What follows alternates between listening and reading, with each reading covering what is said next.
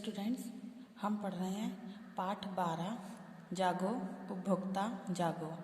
उपभोक्ता किसे कहते हैं? जो सामान दुकान पर लेने के लिए हम लोग जाते हैं ना, तो जो लोग सामान लेने के लिए दुकान पर जाएंगे वही उपभोक्ता होंगे। रेखा, दादाजी देखिए, आज अखबार के साथ यह एक पीला कागज भी आया है। जरूर कुछ विशेष बात है। अब दादाजी कहते हैं, देखो तो सही कागज में क्या लिखा है। रेखा, इसमें तो जागो उपभोक्ता जागो लिखा है, इसका क्या आशय है दादाजी? तो दादाजी से वो क्या पूछ रही है रेखा कि जागो उपभोक्ता जागो का मतलब क्या है। दादाजी कहते हैं, अच्छा, याद आया, आज उपभोक्ता दिवस है और जिला प्रशासन ने ही यह पर्चे छपवाकर बांटे हैं। इसमें उपभोक्ताओं को संदेश दिया गया है कि जागो उपभोक्ता जागो। इसका अर्थ यह है कि उपभोक्ता सामान खरीदते समय सचेत रहें, समझदारी से काम लें। तो वो भी यही कह रहे हैं ना कि जब भी हम कोई सामान खरीदने जाते हैं तो उसको जब सामान खरीदते हैं तो उस चीज़ को सचेत होकर खरीदें और समझदारी से काम लें। रंजन, ये उपभोक्ता कौन होते हैं दादाजी? दादाजी कहते हैं, हम और तुम सभी उपभोक्ता हैं, यानी जो सामान लेने के लिए जाते हैं वही उपभोक्ता होते हैं। किसी वस्तु का या सेवा का उपयोग करने वाला उपभोक्ता कहलाता है। जैसे हम बिजली विभाग से बिजली, जल प्रदाय विभाग से जल, दूरसंचार से टेलीफोन, मोबाइल की सुविधाएं लेते हैं, रेलवे से रिजर्वेशन आरक्षण का टिकट लेते हैं, बाजार से ज़रूरत का सामान खरीदते हैं। इन सेवाओं के बदले हम बिल की राशि जमा कर रसीद प्राप्त करते हैं। हम उस सामान का या सेवा का उपयोग करते हैं तो हम उपभोक्ता हुए, समझे? यानी कि हम लोग कहीं पे भी कोई भी सामान खरीदते हैं या पैसा देते हैं तो वो उपभोक्ता होते हैं। तो कह रहे अब समझ में आ गया? रेखा कहती है, हाँ दादाजी, अब समझ में आया।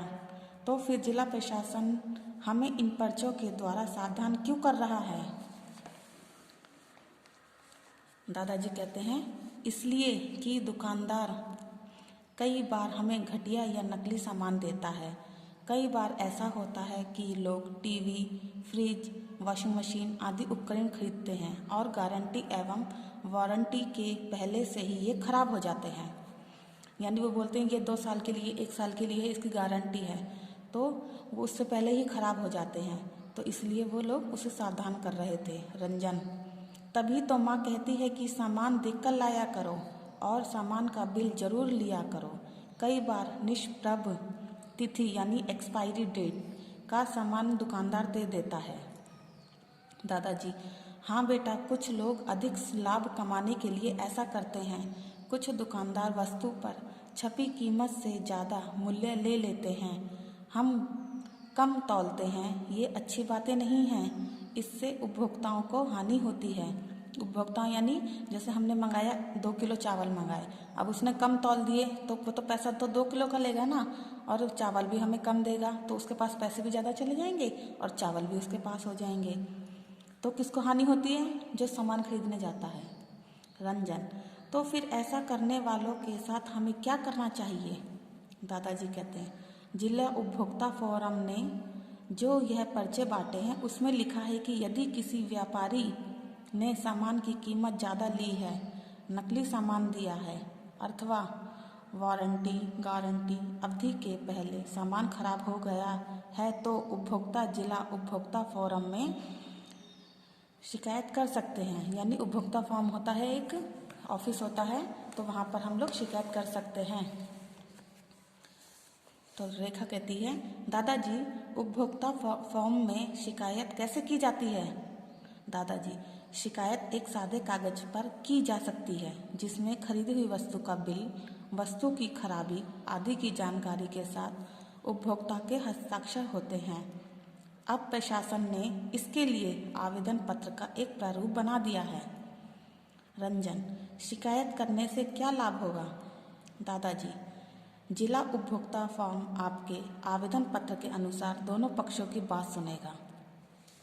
इसमें सामान को बदला भी जा सकता है और आपको क्षतिपूर्ति की राशि में ब्याज की मिल सकती है।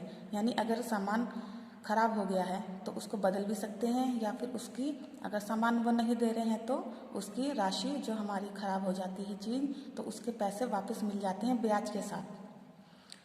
उपभोक्ता फॉर्म में न्यायाधीश के समकक्ष अधिकारी होता है, उसका फैसला मान्य होता है। रंजन, यदि हम जिला मुख्यालय में नहीं रहते हैं तो क्या करना चाहिए? दादाजी, तब हम अपनी शिकायत डाक द्वारा भेज सकते हैं, परंतु उसके साथ वस्तु को खरीदने का बिल तथा प्रमाण लगाना जरूरी है। रेखा, क्यों दादाजी, क्या छोटे बड़े सभी मामलों की सुनवाई जिला उपभोक्ता फॉर्म में होती है? दादाजी, तुमने ठीक प्रश्न किया। आजकल लाखों करोड़ों का लेन देन होता है, इसलिए प्रशासन ने नियम बनाया है कि 20 लाख रुपए तक के मामले जिला उपभोक्ता फॉर्म में सुने जाएंगे। 20 लाख रुपए से 1 करोड़ तक के प्रकरण राज्य उपभोक्ता आयोग में सुने जाएंगे। तो यानी इसमें बताया कि 20 लाख रुपए तक की सुनवाई कहाँ होएगी? जिला उपभोक्ता में। और 20 लाख यानी 1 करोड़ से ज़्यादा होंगे, जो 20 करोड़ से लेके 20 लाख से लेके 1 करोड़ तक कहाँ तक होंगे? राज्य उपभोक्ता में। ठीक है, तो इस चीज़ को ध्यान रखना। सुने जाते हैं तथा 1 करोड़ से ऊपर के मामलों की सुनवाई राष्ट्रीय उपभोक्ता आयोग में होती है। यानी 1 करोड़ की सुनवाई कहाँ होगी? राष्ट्रीय उपभोक्ता आयोग में। तो आपको ये 3 पॉइंट ध्यान रखने हैं कि कितने में कितने होंगे? 20 लाख जिला उपभोक्ता, 1 करोड़ राज्य उपभोक्ता और तथा 1 करोड़ से ऊपर कहाँ होएगा? राष्ट्रीय उपभोक्ता आयोग में। रंजन, दादाजी, आपने हमें बहुत अच्छी और उपयोगी जानकारी दी है। क्या हम जिला उपभोक्ता फॉर्म में जाकर कुछ और जानकारी प्राप्त कर सकते हैं? दादाजी, क्यों नहीं, आज बाजार का विस्तार हो रहा है और जनसंख्या वृद्धि के साथ उपभोक्ता वस्तुओं की संख्या बढ़ रही है। प्रसन्नता की बात यह है कि आज उपभोक्ता फॉर्म के निर्णयों से अनेक उपभोक्ताओं की क्षतिपूर्ति मिली है, बदले में नई वस्तु भी मिली है। अब आवश्यकता है कि हम अपने परिवार के सदस्यों और आसपास के उपभोक्ताओं को जागरूक करते रहें। इसीलिए इस पर्चे पर लिखा है, जागो उपभोक्ता जागो। एक अंतिम बात जो मैं कहना चाहता हूँ वह यह है कि सरकार द्वारा प्रमाणित ISI या एगमार्क अंकित वस्तुओं को ही खरीदें। ISI किस चीज़ में होता है? जो लोहे की चीज़ें बनी होती हैं उसमें, इलेक्ट्रॉनिक चीज़ें होती हैं उसमें ISI का निशान बना होता है। और एगमार्क किस में होता है? जो खाने की वस्तुएं होती हैं उसमें एगमार्क का निशान होता है, तो उसको देखकर ही खरीदें। इनमें धोखे या ठगी की कोई गुंजाइश नहीं रहती। रंजन, दादाजी, आपने आज उपभोक्ता दिवस के दिन हमें बहुत सारी जानकारी दी है। अब हम कोई भी वस्तु खरीदते समय इन बातों का ध्यान केवल आज ही के दिन नहीं बल्कि हर समय रखेंगे। रेखा, देखिए, इस पर एक संदेश भी लिखा है, अच्छी वस्तु उचित दाम, उपभोक्ता संरक्षण का पैगाम। तो ये सब आपका लेसन कंप्लीट हो गया। यानी अच्छी वस्तु होती है और उचित दाम होते हैं, तो उपभोक्ता संरक्षण का पैगाम। तो उपभोक्ता संरक्षण का ये पैगाम है कि अच्छी वस्तु खरीदें और उचित दाम दें। ठीक है, तो आपका ये लेसन कंप्लीट हो गया है। डियर स्टूडेंट्स, इसमें हम ग्रामर देखेंगे। इसमें बोला गया कि गद्यांश को पढ़ना है और विराम चिन्ह का प्रयोग करना है। किसका प्रयोग करना है? विराम चिन्ह का। तो इसमें विराम चिन्ह नहीं लगे, आपको विराम चिन्ह लगाने हैं। तो हम इसमें देखते हैं कहाँ पर लगाएंगे। समुद्र बांधा जा रहा था, तभी गिलहरी ने अपनी पूंछ में थोड़ी रेत भरकर लाती है और समुद्र में पटक जाती। उसका यह है, यानी पटक जाती। यहाँ पे एक बात खत्म हो गई। ठीक है, तो यहाँ पे क्या आ गया? उसका यह श्रम देखकर किसी बंदर ने पूछा। पूछा के बाद कोमा, यहाँ पे इन्वर्टेड कोमा और यहाँ पे ये इस तरीके से निशान है। ओके, तो आपको ये यहाँ पर देखना है। तेरे बालों में रत्ती भर भी रेत नहीं आती, फिर परिश्रम से क्या लाभ? तो वो कहता है क्या लाभ, यानी क्वेश्चन पूछा है, बोल दिया उसने कि इस परिश्रम से तेरा क्या लाभ? तो गिलहरी बोली, कोमा आ जाएगा, फिर इन्वर्टेड कोमा आ जाएगा। असुर को मिटाने में यदि मैं थोड़ा सा सहयोग कर सकती हूँ तो उससे पीछे क्यों हटूँ? तो हटूँ, यानी यहाँ पे ये क्वेश्चन मार्क आ गया और ये इन्वर्टेड कोमा आ गया। समुद्र कुछ तो पूरेगा यह संवाद सुनकर, यानी पूरेगा मतलब कुछ तो भरेगा। यह संवाद सुनकर अतिशय प्रसन्न हुए राम ने गिलहरी की पीठ पर हाथ फेरते हुए कहा। तो ये आ गया कोमा, ये आ गया इन्वर्टेड कोमा। अनीति के विरुद्ध जहाँ तुम्हारी जैसी निष्ठा होगी वहाँ असुरता कभी नहीं ठहरेगी।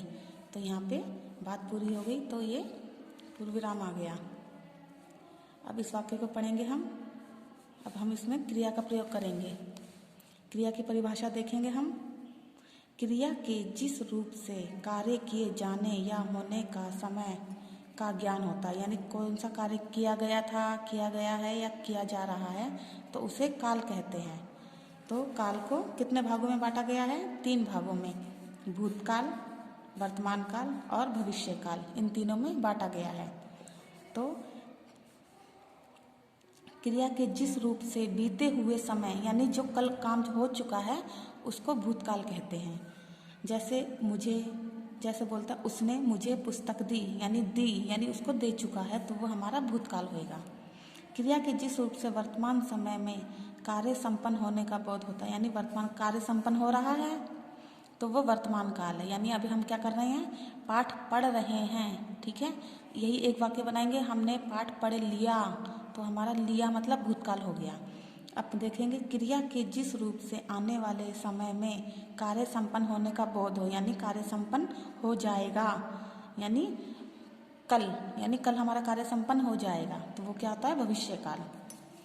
जैसे कर रहे वह कल अवश्य आएगा, यानी कल वो जरूर आएगा, तो ये हमारा भविष्य काल है।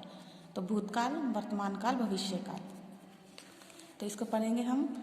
उपभोक्ताओं को क्षतिपूर्ति मिल रही है, यानी मिल रही है मतलब क्या है? ये वर्तमान काल चल रहा है, क्योंकि मिल रही है ना, तो चलता जा रहा है, वर्तमान काल में हो रहा है। मैंने उपभोक्ता फोरम में शिकायत की थी, यानी वो कर चुका था, तो क्या आ जाएगा हमारा? भूतकाल। यहाँ पे आ जाएगा हमारा भूतकाल। अब देखो, जिला प्रशासन पर्चे बांट रहा है, यानी वो क्या कर रहा है? काम कर रहा है, तो हमारा कर रहा है क्या होगा? वर्तमान काल। वर्तमान काल। जनसंख्या वृद्धि के साथ उपभोक्ता वस्तुओं की संख्या बढ़ेगी मतलब भविष्य में जाएगा ये, भविष्य काल। वस्तु खरीदते समय बिल लेना जरूरी था, यानी वो बिल लेके आ गया, तो जरूरी था, यानी ये हमारा कहाँ चला गया? भूतकाल में। ओके।